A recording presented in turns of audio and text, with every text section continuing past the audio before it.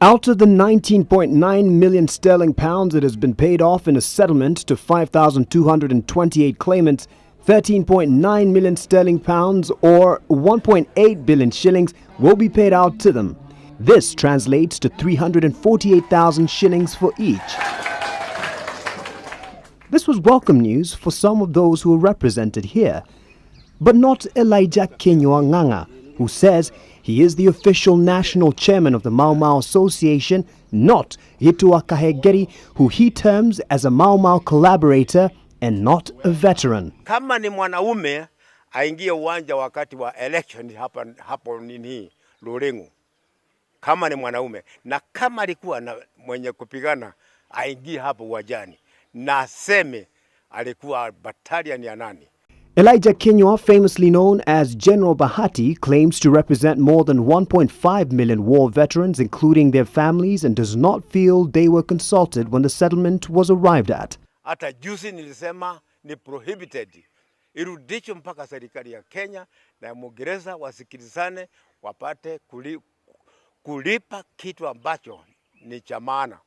Be as it may, there were not claimants in this case. The question of legitimacy does not come as a surprise for the former DPP Philip Murgor, who was part of the team that initiated a case for the Mau Mau veterans back in 2003, and then most of the veterans simply wanted an apology from the former colonialists. It's not about money when you're asking for an apology, but as soon as money is put on the table, unfortunately, it does become about money. Who becomes better off as a result of this payout?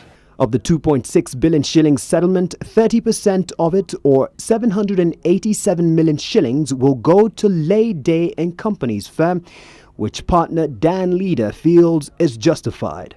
There were 50,000 cases which we analysed. Of those, we interviewed 15,000 people, and that took about 9 months, working with Kenyan lawyers and British lawyers here all over Kenya. From those interviews, we then finally identified 5,228 people who had credible claims for severe torture and abuse. So it's a very robust process, very rigorous, and one that's really going to stand the test of time. A figure Murgor feels should be reconsidered. I would advise my legal friends to take a sum that would not raise a question as to who was a victim of the torture. Well, even that won't satisfy the likes of General Bahati, who says, as a claimant, they will be going to court under a firm called Tandem Law, and they vow that the battle continues.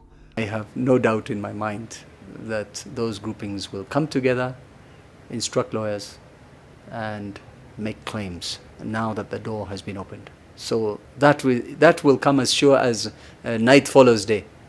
This is not the end. This is not the end. If they only got an apology, a few can live without an apology. If it's about compensation, very few people who are alive, who suffered the atrocities, are going to sit back and not make their claims. Mark Masai, NTV.